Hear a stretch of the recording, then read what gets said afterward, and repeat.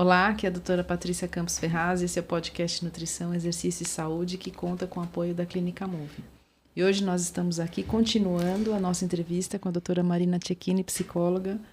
Muito obrigada por ter aceitado o nosso convite, permanecido aqui conosco. Obrigada a você. Isso é um cafezinho, né? Isso aí. Na volta de viagem. Só falta o café físico, né? Mas o café intelectual a gente já tem. E hoje nós vamos falar um pouquinho sobre tendências atuais da alimentação e da nutrição no sul da Europa, que é onde a Marina se encontra nesse momento. Ela está fazendo essa ponte aí, Brasil, Portugal, Espanha. Então ela vai trazer um pouquinho do que ela tem observado na questão da nutrição, do comportamento nutricional e do que como ela vê a alimentação na Europa nesse momento. Então, conta pra gente o que você está percebendo, assim, de grandes diferenças, né, entre o Brasil e Portugal nesse momento, no que tange a nutrição e a alimentação. Bom, primeiro eu vou ter que brincar. Há um tempo atrás estava com a Paty e ela me contou sobre... come um queijo maravilhoso. E assim, a questão alimentar continua maravilhosa na Europa. Sim, que vida longa aos queijos artesanais europeus. Exatamente. Mas assim, tem coisas que chamam a atenção quando a gente vai para fora, né? E esse olhar da gente ter um entendimento de como que é a cultura daquele espaço e como que a gente entra com a alimentação no dia a dia. Sim. Porque são culturas muito estabelecidas, a forma de alimentação milenar e muito preservada em cada um dos países. Eu acho isso um grande encanto, assim, na Europa, de forma geral. Sim, né? E pra gente também. Sim. Então, assim, entrar em contato chama a atenção de algo que ali está muito estabelecido e nem sempre pra gente faz parte do nosso cotidiano. Sim. Então, eu estava aqui comentando com a Paty, acho que a gente já pode começar por aí, que a questão da Nutri não é tão avançada, nem tão valorizada como que a gente vê aqui no Brasil. Então, assim, você tem um nutricionista, você fazer um acompanhamento da sua dieta, tem um entendimento diretamente com até mesmo uma imagem corporal, que é muito importante para os brasileiros. Sim, e até mesmo o uso de suplementação para a questão alimentar, e aí eu estou falando de um viés da população brasileira, é muito comum. Né? Então, esse uso do que eu me alimento e suplemento, muitas vezes acontece muito mais para uma busca de uma qualidade de vida do que imediatamente o entendimento de melhora nutricional, posso dizer assim, não sei, Paty. Ou estética, né? Porque aqui o brasileiro é muito preocupado com estética. A gente vê que, me parece, que é maior a preocupação aqui do que na Europa, né? Sob muitos aspectos. Sim, essa preocupação estética é muito grande e aí talvez essa diferenciação, né? Muitas vezes a busca de uma suplementação até para essa questão estética, nem sempre por uma questão imediata. Sim. Por uma necessidade real, né? Isso. Não é pautada numa deficiência real ou numa necessidade que é real, né? E na Europa, por exemplo, você não vê a pessoa mudando a alimentação dela, que a mãe, a avó e assim por diante faziam justamente para a questão nutricional. Né? Eu tenho uma grande colega, que é a Raquel Neto, ela é nutricionista, trabalha em uma rede muito grande de esporte, de ginásios voltados a esporte, em Portugal. E ela me traz muito isso. A ida, principalmente de brasileiros, e essa preocupação com a população portuguesa que frequenta a academia, com a suplementação alimentar. Mas não imediatamente uma mudança no tipo de dieta que é feita. A dieta deles muito equilibrada e não tem essa mudança imediata. Mas começa a ter um início de preocupação. Que é muito diferente daqui.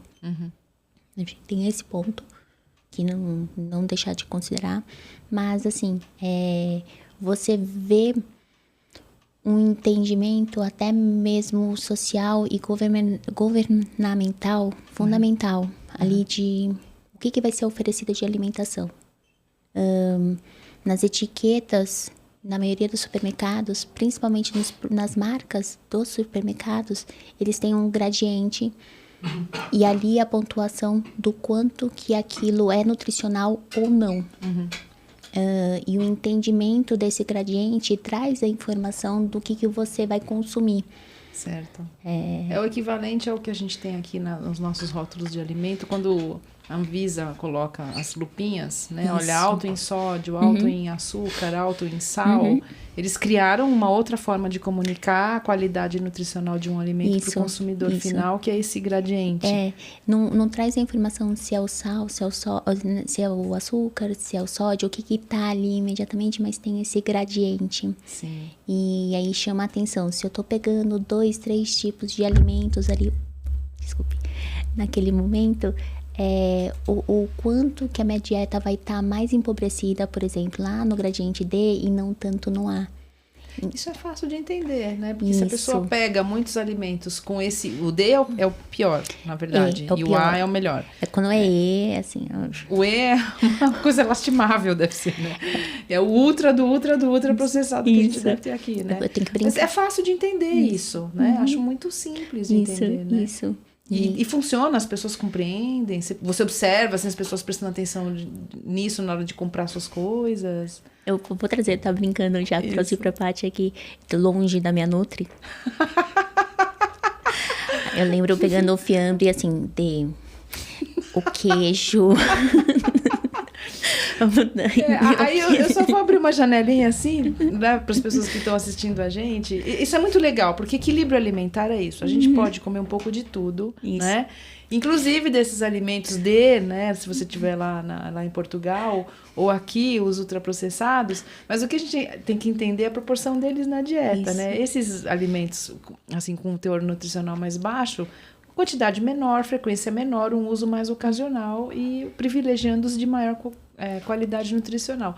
E assim, dentro disso, prestar atenção às nossas vontades também. Quando a gente tem vontade de comer alguma coisa muito específica, ainda que ela não seja saudável, a gente pode ir lá e comer. É legítimo isso, né? Só para não neurotizar ninguém aqui, tá? Então, tudo pode, só que a gente tá tentando levar um pouco de equilíbrio para as pessoas, é só isso.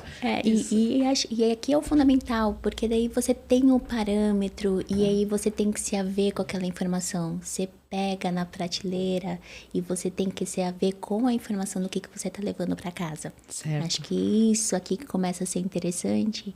Sim. E você faz a decisão é feita ali, e já é uma decisão...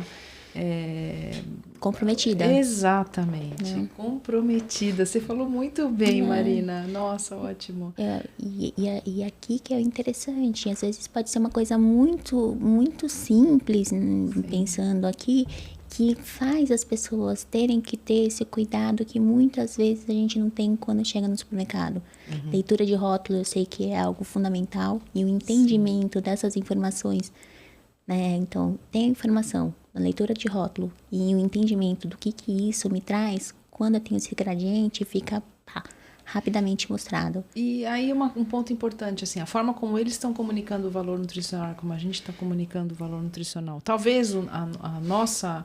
No preciosismo que a gente tem aqui, até porque a Anvisa é mesmo um órgão bastante preciosista e eu gosto disso, às vezes a informação nutricional de rótulo é complexa para o consumidor final. Muitos não entendem. Então, vira e mexe, a gente faz se comunica, né, nas redes sociais para ajudar as pessoas a entenderem o rótulo nutricional que é, às vezes, específico demais. E eles criaram uma forma de comunicar que talvez seja mais intuitiva para as pessoas e mais simples, né? O que é muito legal, né? Muito bacana, né? Vou aproveitar e falar algo até sobre o que a gente estava discutindo anteriormente. Até a questão para os atletas de alta performance que usam suplementação, a suplementação nossa aqui brasileira, ela tem uma certificação e um olhar que torna ela mais limpa e menos tendenciosa a ser pega em algum aspecto de dopagem, que acaba sendo muito interessante. Então, na Europa, eu vi uma preocupação imensa com até o uso de whey e o quanto que esse whey pode ter algum tipo de substância ali. Uma contaminação. Contaminação. Que não favoreça, que possa pegar um atleta em dopagem. Sim. Isso não é... assim, é muito legal você trazer isso, Marina, porque às vezes as pessoas, principalmente quem comercializa alimento, quem está importando alimento, reclama muito da Anvisa. A Anvisa é muito chata, a Anvisa é muito rigorosa. Eu não conheço os órgãos regulatórios da Europa, eu conheço um pouco dos americanos, a gente tem mais contato. O FDA pode tudo, libera tudo, se der problema, a empresa responde depois. Então, porque a justiça deles é muito ágil e muito rápida. Então, pune logo, tira logo do mercado. A gente não tem essa eficiência toda. Então, é necessário que a gente tenha um nível de regulação, na minha opinião, que seja maior no começo, porque depois, na hora que o problema acontece, na parte judicial, a nossa justiça é historicamente mais morosa. Todas as decisões, né, técnicas, elas passam a ser mais morosas depois. Então, eu me sinto mesmo protegida e falo isso para meus pacientes. Às vezes é melhor você usar um suplemento com matéria-prima nacional que tenha passado pelo crivo da Anvisa, que é alto, do que pegar um suplemento de fora, que pode até ter uma matéria-prima muito interessante e superior à nossa, mas pode tudo. Então, você pode pegar um whey protein com excesso de chumbo. Você pode pegar, como já aconteceu aqui, um suplemento de fat burner que foi contaminado com sibutramina e tirou um monte de atleta do Pan-Americano do Rio em 2007. Teve um problema seríssimo aí. Fechou. A empresa que fez isso ficou fechada por 1 ano. E até descobrir o que foi, se pega um único atleta, até o entendimento. Então, fazer toda essa leitura é um trabalho gigante de compreensão do que o atleta está alimentando, do entendimento de como que está sendo, assim, vários aspectos ali, que é desde a compra. Sim. Olha só o que me ocorreu agora. Pouco tempo atrás, a gente está gravando esse episódio aqui em meados de junho, né? Estamos às vésperas da Olimpíada de Paris agora de 2024. Há pouco tempo atrás saiu uma reportagem aqui colocando, acho que 25 marcas de creatina com problema. E eram empresas assim, nanicas, pequenas, algumas nem tanto, mas boa parte delas assim, realmente são empresas que eu particularmente não conhecia. Graças a Deus as grandes marcas estão bastante cuidadosas. Mas assim, se a gente não faz imagina se a gente não faz o trabalho de peneira que a Anvisa faz. O que não acontece com os suplementos aqui no Brasil, né? Com as características que o nosso país apresenta. Então, eu acho muito pertinente essa preocupação com os órgãos europeus, com a qualidade dos suplementos que os atletas consomem, porque eles correm um risco real de terem um doping até involuntário, né? Um problema de contaminação involuntário. Então, não sei, o que você está vendo lá com preocupação real, assim, com esses suplementos? O tipo de orientação que os técnicos dão aos seus atletas, não? É uma preocupação gigante. Então, assim, a gente tem encontros para falar sobre a questão de antidopagem, tem um contato com doutorandos, inclusive ajudando em projetos de doutorado com a questão de o entendimento de atletas em futebol, tanto na comunidade do Cabo Verde e em Portugal, do como que é a rotina e os mitos e preocupações dele frente ao tipo de alimentação que eles estão fazendo e a questão de dopagem. Certo. Então, assim, é muito grande. E talvez essa tranquilidade, por exemplo, para os nutris de esporte aqui no Brasil, olha, estou indicando e é essa marca, sim, eles não têm tanto isso. Então, tem uma preocupação de anotar tudo o que está tomando, a marca que foi, o que é muito grande. É uma recomendação constante. Até porque se lá eles estão levando essa questão do passaporte biológico a sério, quer dizer, durante todo o ano o atleta está tomando suplementos, ele precisa ter controle do que ele toma, talvez guardar potes ou rótulos, né, por algum tempo, porque se tem algum problema a gente sabe o lote que foi, a empresa que foi, que suplemento que tomou, né, enfim, qualquer problema que tenha acontecido, você pode realmente recair sobre o suplemento que foi tomado. Os caras precisam realmente ficar muito cuidadosos com isso lá. Eu não vou em qualquer lugar, né, mas lá em especial, pela falta de regulamentação rígida, né, que a gente tem aqui, por exemplo. Eu não vou lembrar o sobrenome completo, mas a médica do esporte do Comitê Olímpico Português, a doutora Maria de Cascais, se eu não me engano, ela traz uma questão que é quando trata de alguma preocupação com o atleta. Se você vai ter que prescrever alguma coisa para ele, nunca prescrever nada, a menos em casos extremos de muita necessidade, com 48, 24 horas antes de uma prova. Então, evitar ao máximo ter qualquer tipo de mudança na véspera.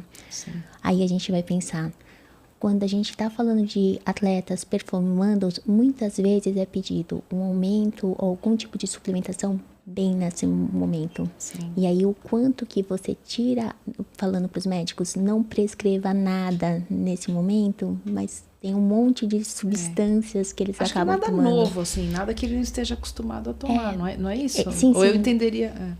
Sim, mas vamos supor, na véspera ele tá com uma dor de cabeça ou alguma questão ali que...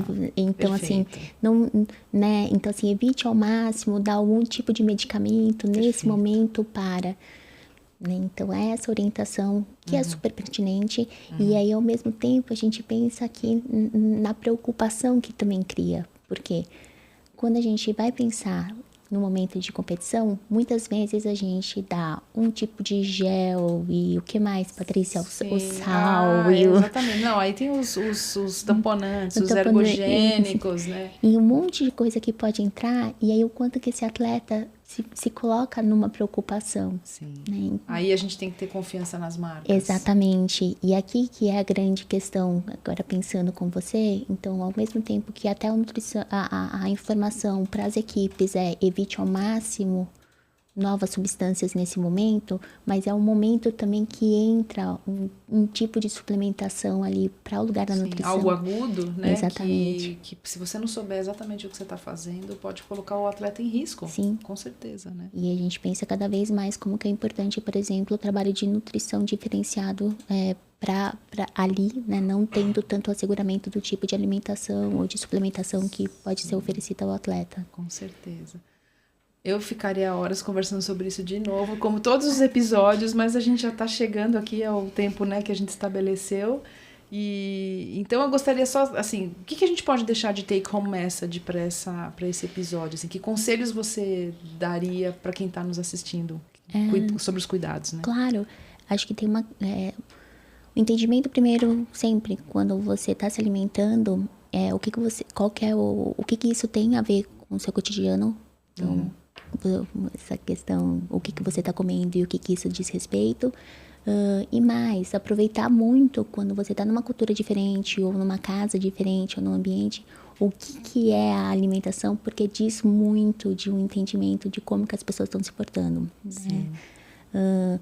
Para a questão, mais especificamente, quando a gente está falando do entendimento e logística de como que outras equipes estão se organizando multidisciplinarmente em Portugal, acho o fundamental é isso que a gente chegou agora em reflexão. Evitar ao máximo, na véspera de competição, a possibilidade de uso de uma substância indevida, só que ao mesmo tempo, se você não tem um profissional da nutrição que venha com uma complementação e uma força naquilo que tá, você pode evitar que o atleta tenha um desgaste em um lugar diferenciado. Então, assim, tem que ter muita confiança na equipe. Sim. E um entendimento muito grande do que está sendo oferecido. Perfeito. Então, agradeço muito a sua presença e essa oportunidade de aprender com você, Marina. Muito obrigada. Obrigada da gente ir pensando juntas aqui, né? Adorei. Muito obrigada a você que nos assiste nas diferentes plataformas. Muito obrigada à Clínica Move novamente, esse lugar incrível, Sim. né? Do qual temos muito orgulho em participar e colaborar. E até o próximo episódio.